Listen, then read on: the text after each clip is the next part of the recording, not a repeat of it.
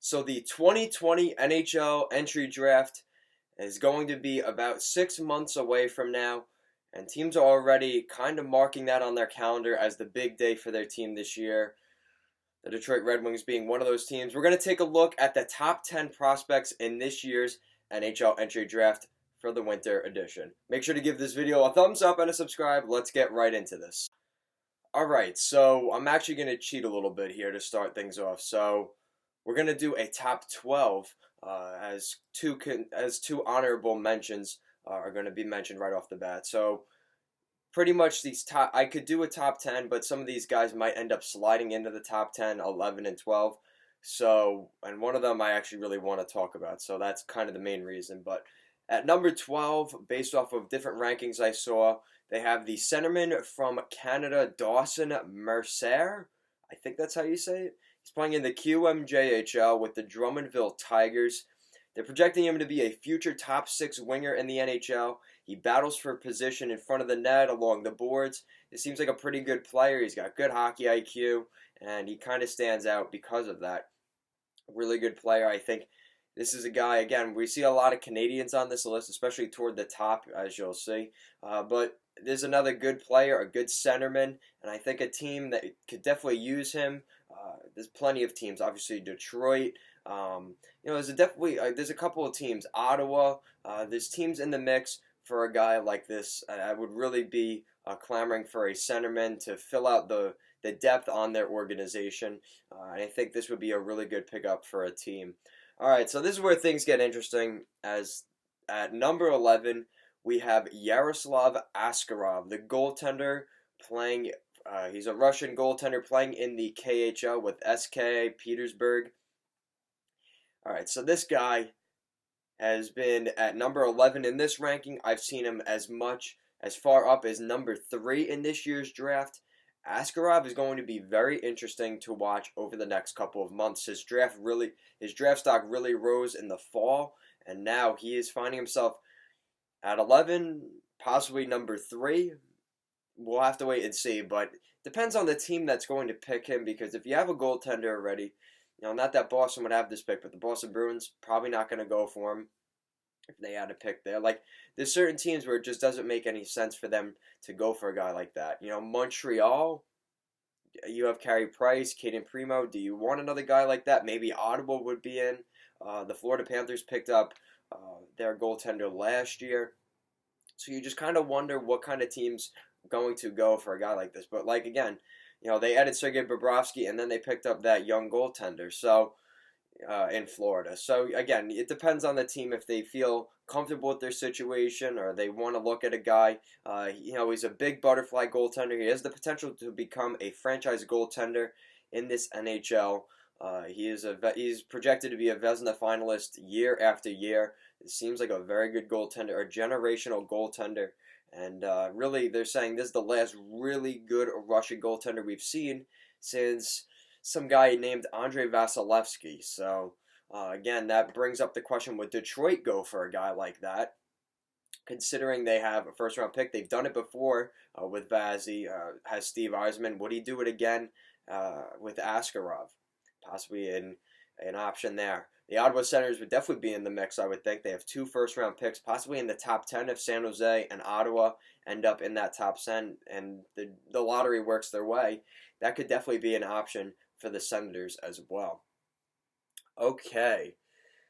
So at number 10, so starting off the top 10 now, at number 10, we have the Finnish centerman Anton Lundell. So Lundell plays in Liga with the HIFK. He's a two-way center, likely to be a Selke finalist for years to come. So a very good 200-foot centerman in the NHL. We see plenty of those. Patrice Bergeron, Alexander Barkov. I think we're going to see a lot of comparables to this guy to Alexander Barkov. They're both Finnish. I think there's definitely something to be said there in terms of their gameplay. These two players are very similar, and I think Anton Lundell could be a very good player. They're projecting him to be a number 1 center in the NHL, kind of like Barkov. I think we could see this be a very similar comparison at the draft. He's going to be compared to him a lot, And I think they're building up a lot of hype for this kid. He looks like a really good player, and likely to be, again, we talk about all these really good, high potent offensive players, but you also need guys like Lundell to round out your franchise. And if you have enough of those other guys, a guy like Lundell can really be a difference maker. All right, so now to number 9. So we're really one of the only players playing in the NCAA. So at number 9, a Canadian centerman, Dylan Holloway. Dylan Holloway is playing in the NCAA with the Wisconsin Badgers in the Big Ten. He's a gritty player. He plays on the edge. He's a powerful, talented winger. So there's definitely a lot of hype around this kid. He does play on the edge. Expect him to be kind of a guy like the Kachuk brothers. I think that's what we're going to see in a guy like Dylan Holloway. Definitely a player we need to see more of in the game. It definitely adds a little personality. Brad Marchand, Tom Wilson. I think Dylan Holloway is going to be a very attractive option at the draft. I would not be surprised if he got drafted in the top 10 based off of how teams want to add those Wilson, Marchand, Kachuk-esque players. I think a guy like Holloway could possibly jump into that top 5 spot, depending on how things work out. I think Holloway is going to be a guy that rises his draft stock over the next couple months. All right, so with that, at number 8, another Canadian. He plays center. He plays the wing. Cole Perfetti or Cole Perfecce. I don't know how you say it.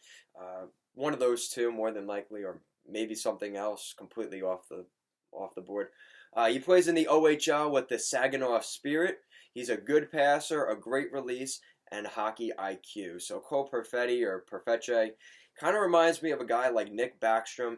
He's a good passer. He plays a 200-foot game. He has a good hockey IQ. I definitely see that as a guy like Nick Backstrom. He isn't Canadian, but still it's pretty close in terms of the type of player you're getting. I think that's Cole Perfecce, and I think this guy could be a really good pickup. At number 8, this is a really deep draft. I think he would be a top 5 pick. He might even end up being a top 5 pick at the end of the day.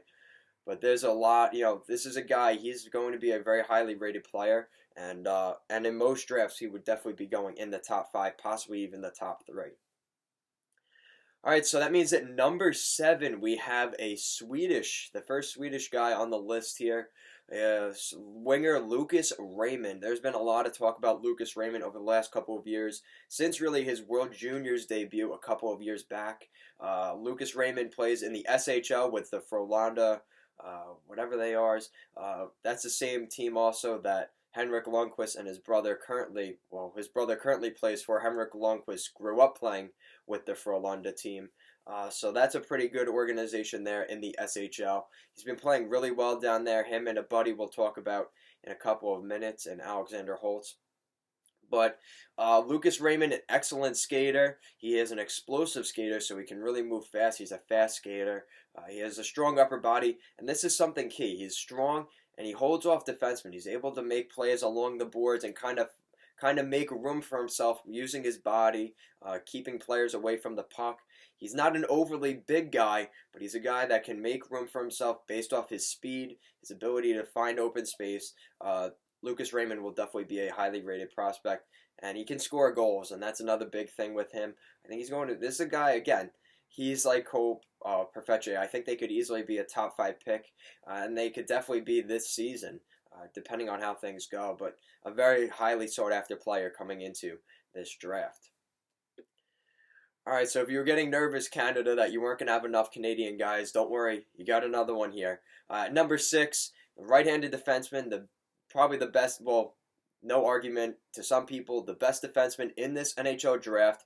Right-handed defenseman, that's key also. Everybody's looking for right-handed defensemen in the NHL. Jamie Drysdale. So Jamie Drysdale is playing in the OHL with the Erie Otters. That team sound familiar? Connor McDavid, Alex DeBrincat. Got some pretty good players out of there. Jamie Drysdale is the best defenseman in the draft, according to some scouts out there. He's a great skater and is a minute muncher. So I think a lot of teams are going to be liking to hear something like that. I wouldn't be surprised if this guy ends up being kind of like, maybe an upgrade over what we've seen with Jay Gardner, a very offensive guy, but he plays very well in his own end. And Drew Doughty, possibly another good comparable. Brent Burns. These are the kind of guys that Jamie Drysdale will likely be compared to at the draft. All right, so now we move into the top 5. And we have someone a little bit different here in terms of nationality. Pretty cool. At number 5, we have the Austrian centerman Marco Rose. So Marco Rose is playing in the OHL with the Ottawa 67. So he came over to Canada to play juniors hockey. He is very short and may fall in the draft based off of his size. Sound familiar? Cole Caulfield with Montreal. Definitely might be a situation there. He's a great 200-foot player. Again, you're seeing possibly a Selke guy that could be in that conversation in the next couple of years. He is speedy and he is an explosive player. So I think there's a lot of excitement about Marco Rose, and he could be a really solid player for a team. And again, kind of like Lundell, I think those guys are going to be kind of interchangeable in terms of where they get drafted. But there's a good player, and I think teams are going to be definitely clamoring for his presence in the NHL. All right, so now we move up into the top 4, and we have another European on here. At number 4, a winger from Germany, Tim Stützle. Tim Stützle is playing in the DEL with Mannheim, a pretty well-known organization there in the DEL. Excellent speed and quickness, so he's a very fast player. We see that becoming a theme in today's NHL, so that's definitely good. He's a great playmaker that finishes his chances. So again, maybe like a Backstrom comparable. He passes the puck. He's more of a passer. He can bury them, though, when he's in tight in front of the net. I think there's a guy that's going to be sought after for sure. And it's nice to see a little bit of German love here. And now we see, now not only Moritz Seider last season being a top 10 pick, we may see another German in the top 10 this year as well. All right, so we were talking about this country a couple of picks ago, but at number 3 now, we're talking about another Swedish winger who is very sought after, Alex Holtz. So Alex Holtz is playing in the SHL with Djurgården. He's a true goal scorer with a great wrist and a great slap shot. So Alexander Holtz, Patrick Kane comparables. He can really shoot the puck. He's a shooter. That's what we're going to see out of Alex Holtz. He has a lot of great skills. He's a great stick handler. There's a guy to definitely keep an eye on. And I think from 3 to like 6 or 7, I think things are going to be kind of murky, kind of like we saw last season in last year's draft. But these are some really, really, really good players. I think we're going to see a lot of these guys play in the NHL as soon as next season, a lot more than we normally do, because there is a lot of good talent in this year's draft, especially in that top 10. All right, so with that, now we move into the top 2. I don't think this is going to be too much of a surprise. It's pretty much the same as it was in the fall. So at number 2, Canadian centerman, big Canadian centerman, Quinton Byfield. So Byfield is he's playing in the OHL with the Sudbury Wolves. The big thing with this guy, he is a big man. He is a big presence. At 17 years old, he is 6'4", 214 pounds. This is a big guy, and I think teams are going to be looking at him. We talked about how Marco Rose might fall in the draft because of his lack of size. That's not going to be the case for Quinton Byfield. He's going to be playing in the NHL next season. He's a big man. He is the NHL frame. He is going to be ready to go next year. He could score goals. He is, some people worry possibly about injuries with him being that big at such a young age. It's fine. I think he's still going to be a really good player. The big comparable is Ryan Getzlaf. The Anaheim Ducks, please win the draft and get Quinton Byfield. I think it's too good of a match because Ryan Getzlaf is this guy. Quinton Byfield is the new Ryan Getzlaf. Some people may not like that, but I think this guy is going to be very highly sought after at number 2, and I think if a team like Anaheim were in that spot, they are absolutely taking Quinton Byfield at number 2. All right, so with that means we're at number 1, and things haven't changed all that much. I think pretty much locked this down at the World Junior Championships. the Canadian winger who is projected to be a superstar in the NHL. We've talked about him for the last 2 or 3 years, and he continues to be that number one guy, and the debate is kind of coming to a close at this point for number one. Don't act surprised, because we know at number one will be Alex Lafreniere. So Alex Lafreniere, he's from playing in the QMJHL with the Rimouski Oceanic. He's not afraid to get in front of the net. He corrals passes with ease that may have been a little bit far off, and he has great hands. So Patrick Kane comparables are all over the place on Alex Lafreniere. A lot of expectation for this guy. He's been talked about, like I said, for the last couple of years. And with the World Junior Championships, he played unbelievable for the team. He had some injury issues, but he was still very solid.